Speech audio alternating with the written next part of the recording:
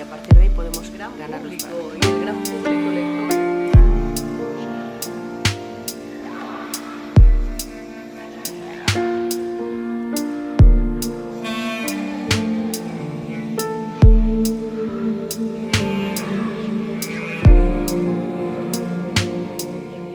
Y en la Sexta Avenida se siente como en casa.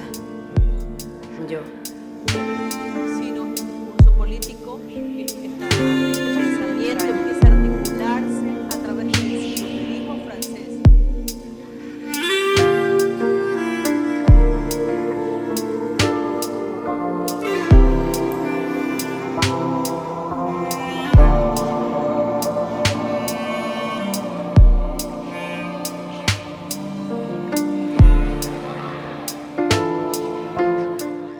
Bienvenidos a Entre Artes. Estamos hoy día con Yolanda Castaño, quien nació en el año 1977 en Santiago de Compostela, es licenciada en Filología Hispánica, ha ganado una gran cantidad de premios desde la adolescencia.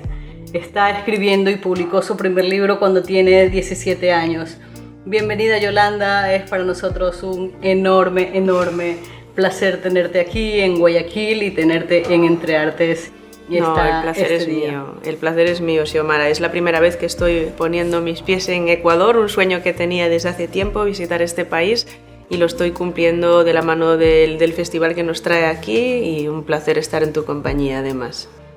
Yolanda, eres una escritora o una mujer multifacética, empezando porque publicas desde muy temprana edad. La verdad que la poesía me enganchó desde que era una niña.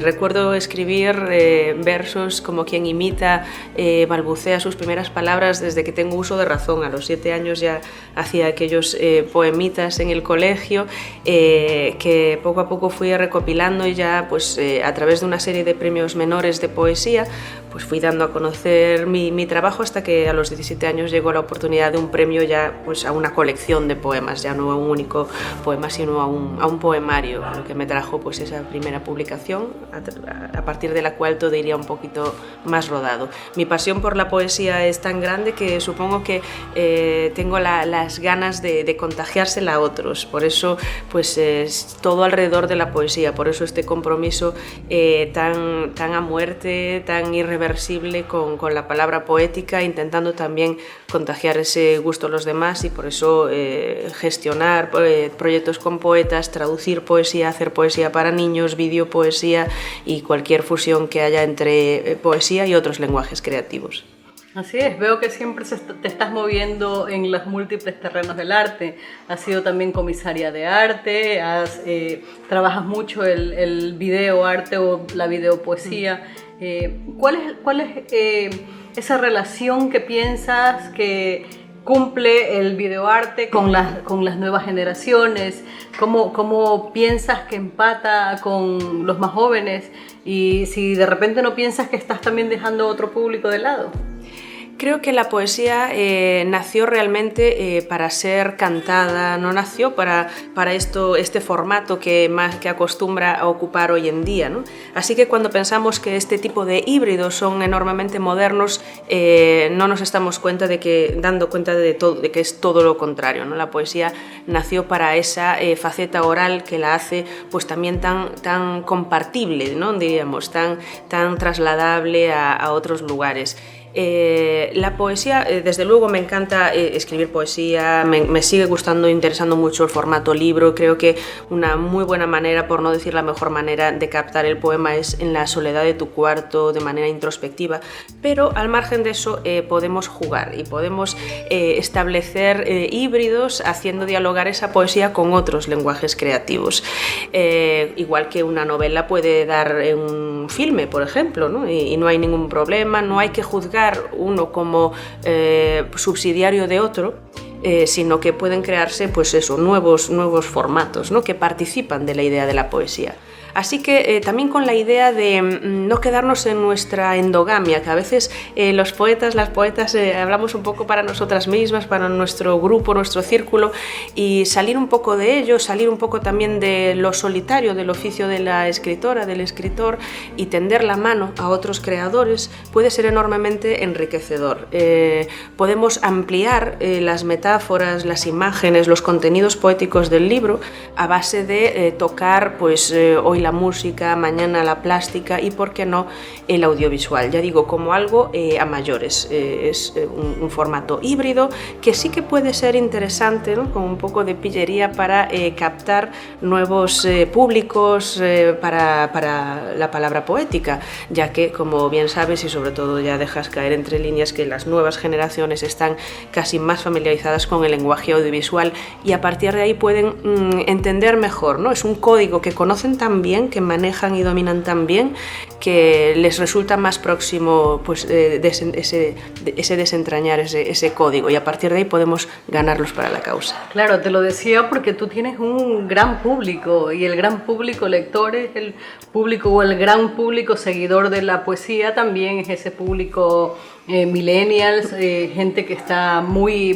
pendiente de las redes sociales, muy pendiente del video, de las otras posibilidades de la literatura. Entonces me parece que es un aporte muy significativo el tuyo, aparte de todo este otro trabajo que sí me gustaría que nos hablaras de estas residencias de artistas que tienes, el posibilitar que converjan poetas dentro de otros espacios, dentro de otras lenguas, poetas de otras lenguas que puedan ser escuchados. ¿Cómo ha sido para ti y qué resultado, qué satisfacciones te ha traído? Bueno, lo que decías de tener un gran público, bueno, las poetas tampoco que tengamos un público enorme, pero bueno, sí que se trata de intentar ampliarlo lo más posible o por lo menos tratar de seducir, de enganchar a cuantas más nuevas generaciones o nuevos públicos para la causa de la palabra poética.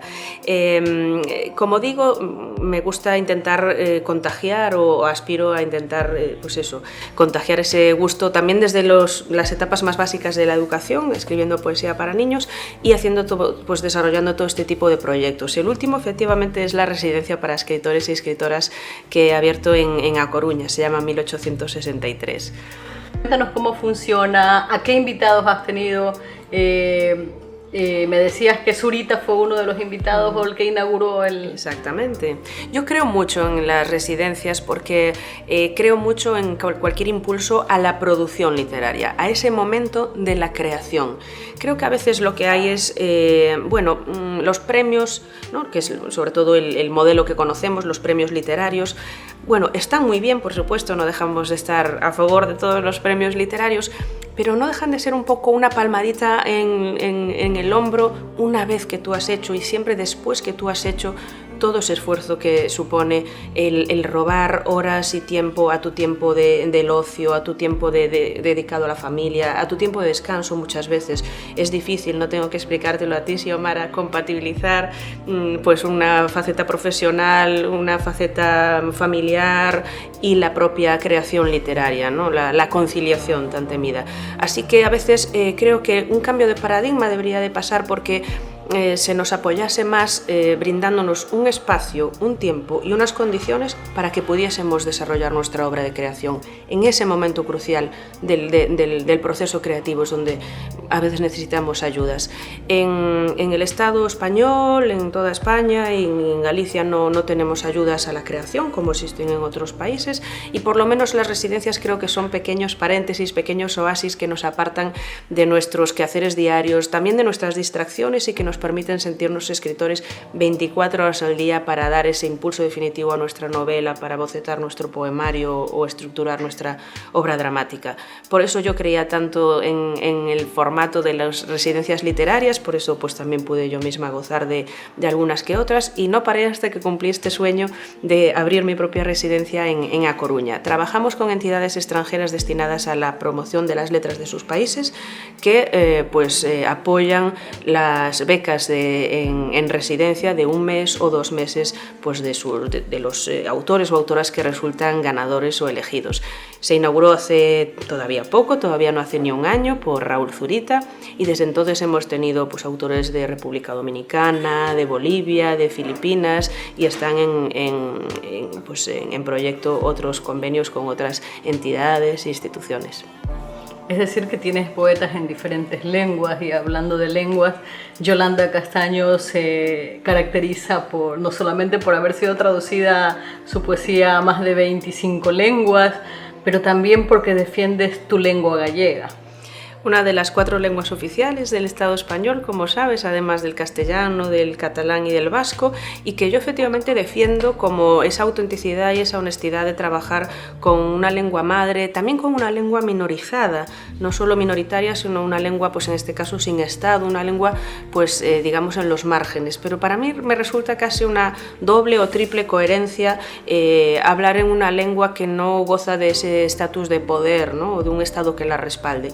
Porque creo que la poesía no deja de ser también el lenguaje más contrario al poder, quizás, ¿no? El discurso alternativo al lenguaje del poder, al lenguaje de los medios de comunicación.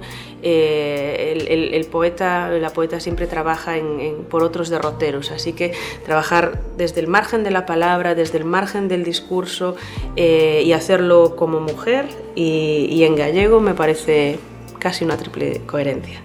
Claro, y absolutamente plausible, ¿no? Porque una chiquilla que empieza a 17 años publicando un libro y que empieza con una preocupación grande por su lengua materna, por cantarlo, y no en la lengua que podría ser la lengua nominadora, como la lengua del Estado español, el español que compartimos. Es un posicionamiento también, que tiene algún tinte político también. Político no como política de partidos o electoralista, sino como un posicionamiento en el mundo, ¿no?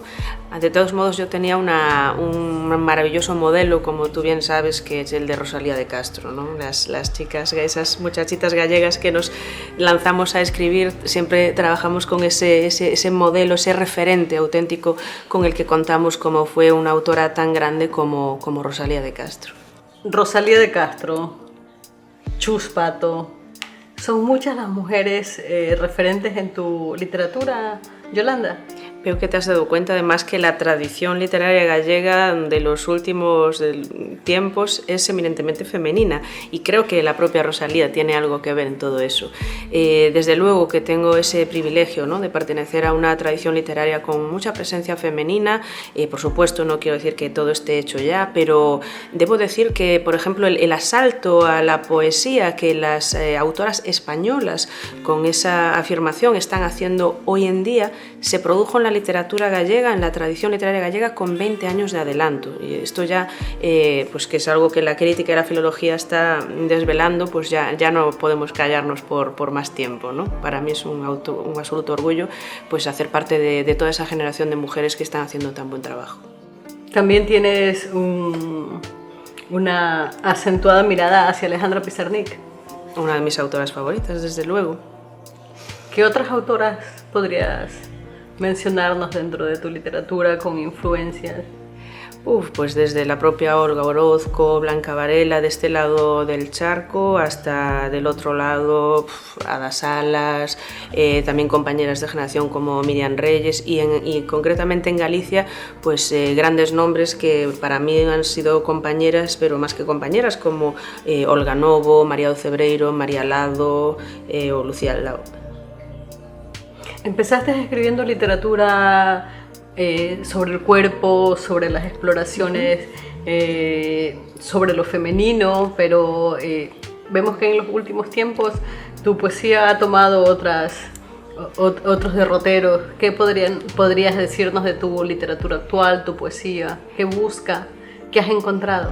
Yo supongo que mi propio devenir literario acompaña a mi devenir como persona, ¿no? Lo que vamos pues evolucionando, viviendo, experimentando. Y claro, pues cuando era casi posadolescente empecé a sacar aquellos primeros libros en los años 90, pues solo podía hablar de aquello que conocía, que no era más que mí misma, mi cuerpo, mi experiencia amorosa, todos esos pequeños y grandes descubrimientos, ¿no? Más tarde reflexioné más, creo que sobre la propia identidad, luego sobre toda la representación de esa identidad y la problemática asociada a la representación de esa identidad, sobre todo atravesada por una cuestión de género, como es en mi caso, ¿no? Y más tarde pues volví también los ojos hacia la lengua y cómo la lengua es el puente que nos conecta con el otro, ¿no? Con los otros, así que es una mirada más arrojada hacia los otros.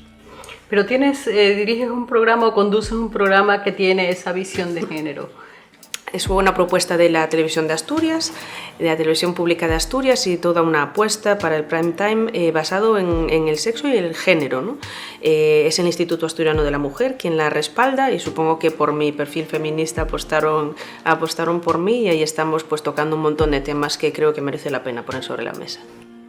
También Yolanda Castaño es una poeta viajera. Has recorrido el mundo, estás en un montón de festivales, has ganado residencias artísticas, becas, supongo que eso también te movió a tu residencia. Hay un poema muy decidor en relación a esos viajes, y es el poema de la manzana de Tolstoy. Sí, buena memoria tienes, sí, Manzanas del jardín de Tolstoy, que habla un poco de esos recorridos, ¿no? La verdad que me apasiona viajar, y hacerlo gracias a mi literatura es un auténtico privilegio, solo que, bueno, siempre vale la pena también volver a casa. Siempre, ¿no? Y eso lo dice el poema. ¿Nos lo puedes compartir, Yolanda? Claro, cómo no.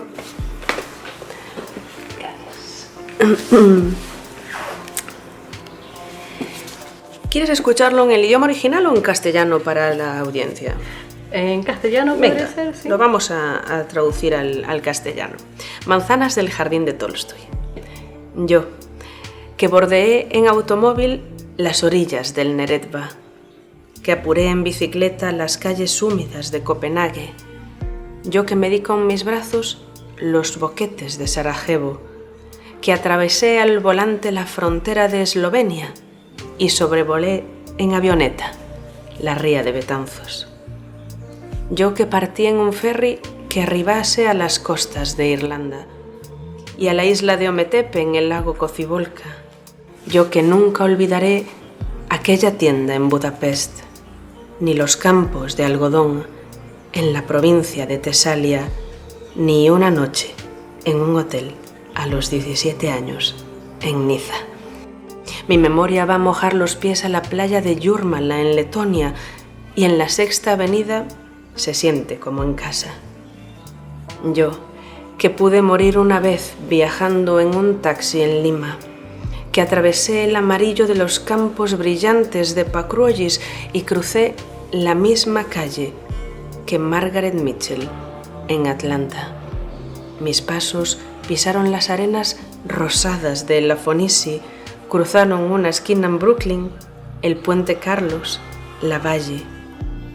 Yo que atravesé desierto para ir hasta Essaouira, que me deslicé en tirolina desde las cumbres del Mombacho, que no olvidaré la noche, que dormí en plena calle en Ámsterdam, ni el monasterio de Ostrog, ni las piedras de Meteora.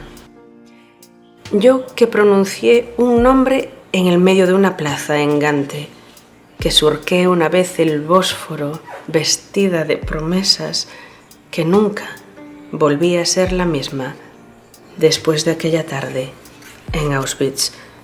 Yo, que conduje hacia el este hasta cerca de Podgorica, que recorrí en motonieve el glaciar de Vatnajökull, yo que nunca me sentí tan sola como en la rue de Saint-Denis, que jamás probaré uvas como las uvas de Corinto. Yo, que un día recogí manzanas del jardín de Tolstoy, quiero volver a casa, el escondite que prefiero de A Coruña, justo en ti. Muy bien, qué hermoso poema, Yolanda. Muchas ¿Es gracias. un resumen de Yolanda Castaño ese poema? Bueno, esa es de algunos periplos, ¿no? De esa parte viajera, pero que sí, que utiliza todo eso, ese viaje para inspirarse, para conocer, para estar más cerca del otro, para también pues, aprender a entender, ¿no? Y a convivir con el otro, con los otros, pero que también desea y ama volver a casa. Amas volver a La Coruña, pero si te digo una ciudad, ¿con qué ciudad te quedarías? Bueno, son tantas, claro. Hay ciudades maravillosas de las que me he prendado, desde Estocolmo hasta La Habana. Son muchas, son 60 y tantos países los que llevo ya conocido, sobre todo de manos de mi poesía, y siempre es una maravilla volver a ellos. Esas son las satisfacciones de la poesía, ¿no? Dicen que recordar es traer al corazón, y en tu poesía siempre vemos esas evocaciones de situaciones, pequeñas historias, pero también recorridos por distintas ciudades, así que siempre se disfruta, también se viaja con tu poesía. Creo que soy un poco olvidadiza y entonces supongo que escribir también es una manera de fijar esos recuerdos, ¿no? Para que permanezcan en la memoria, no se los lleve el viento. ¿Qué hace Yolanda Castaño después de más de 25 años en la literatura, ahora donde lo has experimentado todo dentro, o todo lo que se pueda pensar dentro de los artefactos que pueden acompañar a lo poético? ¿Cuáles son tus nuevos proyectos? Que nos queden siempre terrenos por explorar, ¿no? Porque sí que me ha parecido interesante, pues eso, fusionar la poesía con música. Tengo algunos discos, ¿no? Mezclando poesía y música, poesía y plástica. Bueno, en fin. Poesía con audiovisual, poesía con performance, poesía hasta con cocina y últimamente con cómic. He publicado el año pasado el primer libro de la tradición literaria gallega que aborda este diálogo entre cómic y poesía. Cómic poético se llama el subgénero, pero espero que nos sigan muchos terrenos por explorar, ¿no? Porque has explorado también la literatura infantil, tienes 5 libros, me parece. Acabo de publicar el 6º, justo casi antes de llegar. Me parece muy relación de la poesía. ¿Por qué la poesía infantil? Porque yo misma me enganché a la poesía a través de lecturas para mi edad, ¿no? Dedicadas a una niña de 6-7 años que empezaba a engancharse a esa manera de no llegar hasta el borde del papel, de la página. Creo que es muy importante educar ese gusto poético desde las etapas más tempranas de la educación, y ese reto estaba contraído ya desde aquellos tiempos, que yo también debería intentar contagiar ese gusto entre las más pequeñas y más pequeños, así que ya 6 libritos. Siempre rimados, siempre poesía rimada. Como recurso mnemotécnico creo también. Sí, estoy totalmente relacionados con lo musical, con el sentido del humor, también con la alegría, ¿no? Para bueno, que les enganche y que no se aburran con la poesía. Bueno, ¿nos puedes compartir otros poemas, Yolanda? Claro. Leo en el idioma original en el que fue escrito el poema Reciclaxe. E o azougue gastado no espello do toucador. Dende a man que procura o pálpito, aproveito folios xa usados. A tinta negra da outra cara advírtese por trás e penso que tamén se escribe así, anotando palabras novas mentres outras, anteriores, se transparentan.